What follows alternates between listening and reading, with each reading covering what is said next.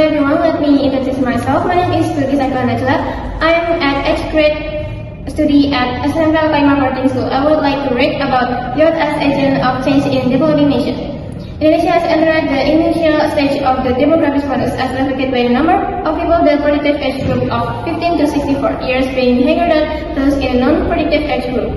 The peak of the demographic bonus is estimated to alter 2030, based on data from Statistics Indonesia or BPS as of 2020, the population of people in the productive age group reached 140 million out of total of 270.20 million people in Indonesia. Indonesia's population is forecast to reach 318.96 million in 2045 with 207.99 million people in the productive age group.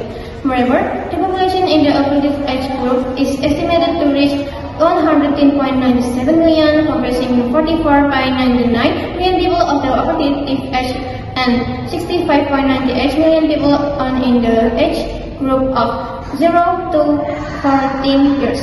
Based on this data, it can be forecast from now on that in 2045 an estimated 100 people of the productive age will bear the burden 54 people of the productive age. Indonesia's young generation must prepare to become the agents of change to support national development so that the demographic bonus does not become a national disaster. Deputy Chairman of the People Consultative Assembly Ahmad Basarah stated.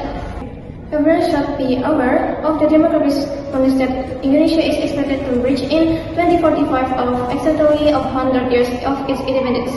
To avoid a national disaster in the next quarter century, the current young generation should be directed to be actively involved in national development. Basarah argument.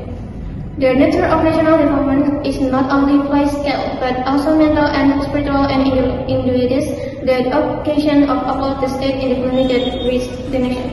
He argued that if the younger generation is not prepared to become the agents of national development from now, the demographic bonus could become a national disaster when Indonesia celebrates its 100 years of independence.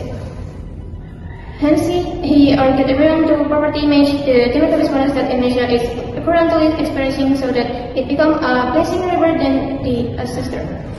In the past, Indonesia independence actually resulted from the great energy of the young at that time. Bung Karno, Bung Hatta, and the Martin of other national were youth of their time when the year out was expected on when Indonesia independence was proclaimed, he said, young entrepreneurs.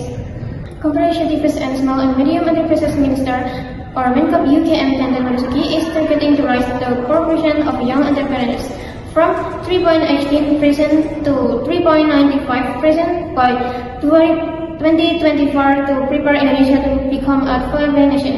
There needs to be change in the mindset especially regarding the creation of young entrepreneurs, the most involved in university and the private sector. The speakers are now passionate with a bureaucratic approach to prepare just now. Entrepreneurs, we have to work together with campus incubators and private incubators, he said.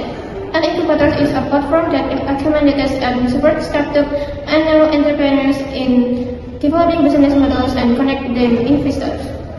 Marzuki said that currently large campuses have their own business incubators. So the Ministry of Cooperation and SMEs is seeking to have other universities to participate in forming business incubators. He further said that to realize the target, Indonesia will need to produce approximately 1 million young entrepreneurs within 2 years. The minimum for developed countries is 4%. The average developing country now is between 10 and 12%. We are still lagging behind Singapore, which is currently 8.6%, while Thailand and Malaysia are already above 4.5%. The minister said. Hence, he expressed hope that the signing of a memorandum of understanding MOU on cooperation by the Ministry of Cooperatives and SMEs and Warmadewa University in Denpasar on Tuesday can be considered a stepping stone for campuses to reach students to become entrepreneurs instead of finding private or government employment. We really have to change the mindset of universities. We can no longer prepare foreigners to become employees. We change how students are not job seekers, but job producers. The minister said Indonesia will be able to reap a demographic bonus that is predictive, healthy, and able to create jobs when the country is moving toward an aging population will preventing a missed demographics defined or the condition in which the number of people in the elderly population increases, but not being predictive, sick, and unaccounted for. Thanks for your attention. See you next time.